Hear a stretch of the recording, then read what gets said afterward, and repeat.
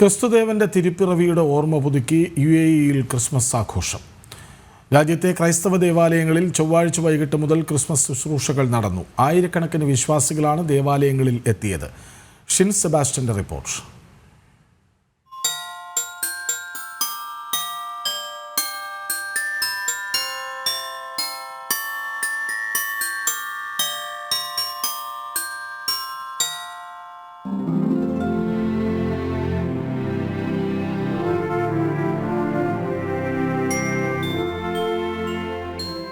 ക്രിസ്തുദേവന്റെ തിരുപ്പിറവിയുടെ സന്ദേശം ഉൾക്കൊണ്ടുകൊണ്ട് UAE-യിലെ വിശ്വാസി സമൂഹം ക്രിസ്മസ് ആഘോഷിക്കുകയാണ്.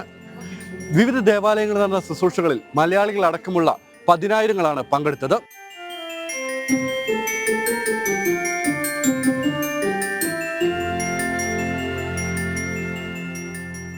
വൈകുന്നേരത്തോടെ ആരംഭിച്ച ക്രിസ്മസ് ശുശ്രൂഷകൾ പുലർച്ചെ വരെ നീണ്ടുനിന്നു.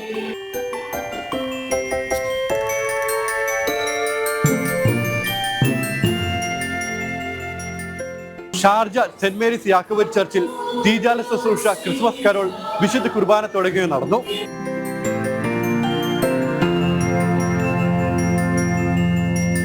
വർക്കിംഗ് ഡേ ആയിട്ട് ക്രിസ്മസ് ആഘോഷം ഇത്രയും ലേറ്റ് ആയിപ്പോയി. ഞങ്ങൾക്ക് ഡ്യൂട്ടി കഴിഞ്ഞിട്ടാണ് വന്നത്, അതുകൊണ്ട് ലേറ്റ് ആയി. എന്നാലും ക്രിസ്മസ് എല്ലാം വളരെ ഭംഗിയായിട്ട് ഞങ്ങൾ ആഘോഷിക്കുന്നത്. എല്ലാവരും വളരെ ആക്റ്റീവാണ്.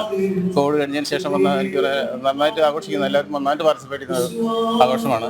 പക്ഷേ ഇന്ന് വർക്കിംഗ് ഡേ ആയതുകൊണ്ട് മാത്രം കുറച്ച് എല്ലാവരും ലേറ്റ് ആയി. പക്ഷെ നാളത്തേക്ക് ഓഫ് ഡേ ആണ്, എല്ലാവരും ഓഫാണ്. അതുകൊണ്ട് നാളെ ഭംഗിയായിട്ട് ക്രിസ്മസ് ആഘോഷിക്കാമെന്ന് വിചാരിച്ചിരിക്കുന്നു.